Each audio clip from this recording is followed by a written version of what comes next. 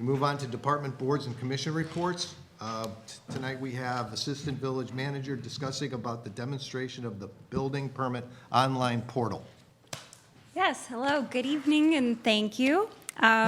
It's a really exciting project. I want to just do a very quick run through. I have provided the slides I'm sharing with the board on your desk there, and we will also be providing either a screen clip of this part of the presentation for future use and as a tutorial of sorts for our residents. We decided to spend a couple of months with the permitting software in place where people can apply for their permits online to see how it was going before fully rolling it out and introducing it formally to everyone. So thank you to everyone who's worked through the process. It's been a success so far, and hopefully it'll continue on that trajectory. So we have had the software where we call it BSNA. That's the name in the corner, left-hand corner of the screen when people are applying for a permit. It is affiliated with our village website, so the connections are secure and it's going straight to our system. We've had that since 2019, and we use it for our utility billing, our permitting, other financial software system.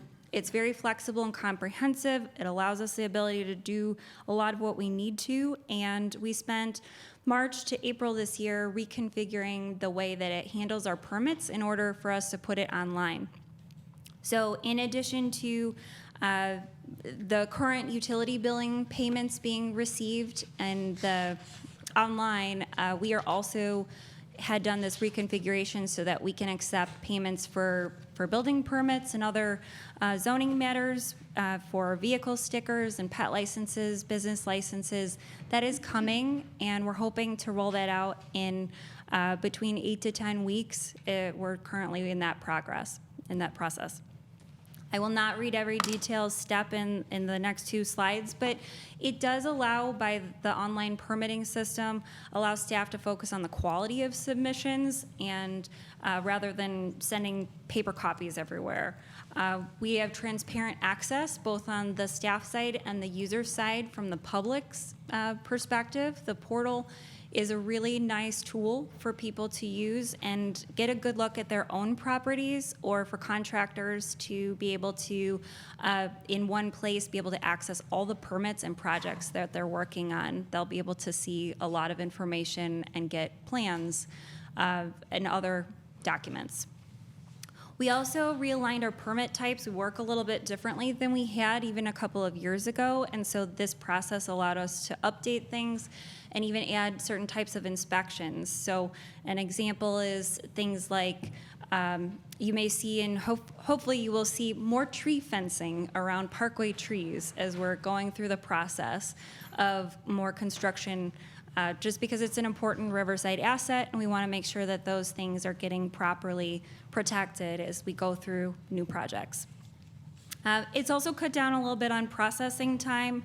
It allows us to be very specific about project requirements, and it eliminates anything getting missed during that process. So again, a lot of words on this page, but the setup included analysis of what we require for each permit. It assigns specific regular reviewers, so we know who is looking at the projects. Almost always we have building and zoning reviews, but it also incorporates as a requirement for certain types of projects the public safety review, in-house or outside review, engineering in-house or outside, and as well as public works. We've aligned our inspection types. We have the ability now to submit online requests for inspections. So anyone who's logged into the portal is able to schedule a date for, or request a date for their permits along that process. And then as well, it's configuring the online payment option. So the fun part, how do you get there and how does it work? You can find our permits page to apply, and I listed 4 different ways. I'm sure there's more ways to find that through navigation of our website, but using a search bar, using a URL, or navigating to specific pages, you're able to find our permits. When you get to our building permit page, it will show you a variety of links. Up at the top, we tried to be very bold in our apply for a permit link.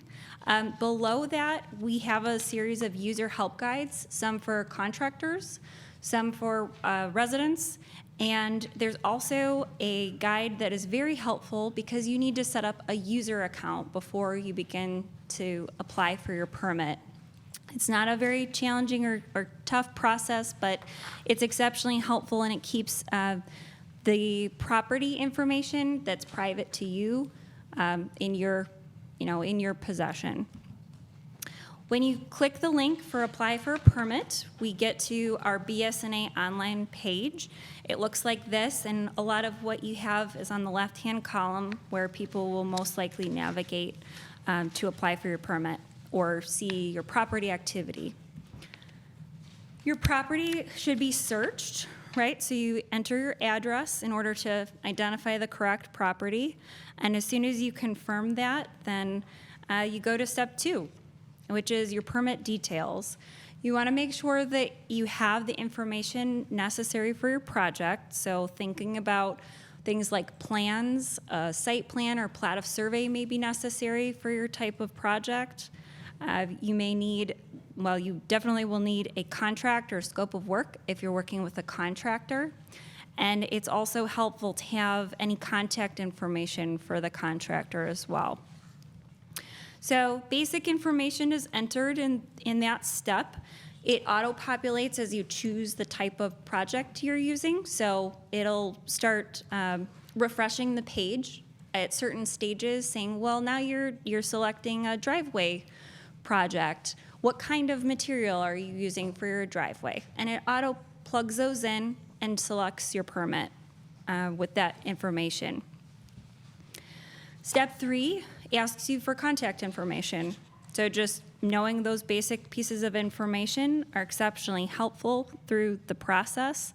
You can add a person to your project. So if you're a resident or a contractor but need to notify someone else for all the stages of the project, that's the step that it would be entered. Step 4 is a screen on our system. It's for estimating permit fees. Riverside, because we have so many different types of projects and we have a lot of historic properties, there's a lot of steps and levels of review to make sure that our permits are adequately reviewed. And so we don't automatically estimate fees and issue a permit after someone's applied. So it's something we can't remove from the system, but it is there and people just click next and go on to the final steps. The last couple of steps require including your documents. So again, having those prepared for you, it will tell you exactly what we need or are looking for as they're attached. The kind of caution symbols become check marks, and you can see and review and view what you've uploaded. The last steps are to sign it. We have a disclaimer recognizing that you're telling us the truth about your project, and any work that's needed that needs an inspection will follow the rules. You sign it, you check mark, and click submit, and the applicant sees a completion screen. Your application was submitted successfully, and they get a companion email letting them know that it's been received. I'll finally just note that I wanted to show a little bit more about what we see. As I said, it's a benefit to staff as well. We can pull a variety of reports. We have real-time submittal tracking so that we can review and see, oh, yep, I see your permit at 123 Olmsted Road. We know that it's come in, and we can answer any questions. It's been working very well. Our staff that does the intake and review has been able to communicate pretty quickly with our residents and contractors that have applied and deal with any kind of technical questions pretty quickly. We also have the ability to look at reports, so we can see what review stages are in place. If there's anything overdue from our reviewers, we can track that and push it along or check on why that might be. And then finally, this is just a look at what what we see. So for each stage, there's, an intake review, a plan review, and a final issuance review, and we don't pass it along to the next step until all those boxes are checked. I'll just note that we've had 137 entries into the online permit system so far this spring, since April 4th. And that equates to about 90% of all of our permits that we've been issuing and processing in the last 2 months. So finally, there's a little survey at the end of your permit application to let us know how we're doing. If you have feedback on the process, then people can fill that out, and we've gotten, good feedback as well as a nice couple of compliments. So that concludes my presentation, and I'll answer any questions that you have. Thank you, Ashley. Is there Yeah. any questions from anyone from the board?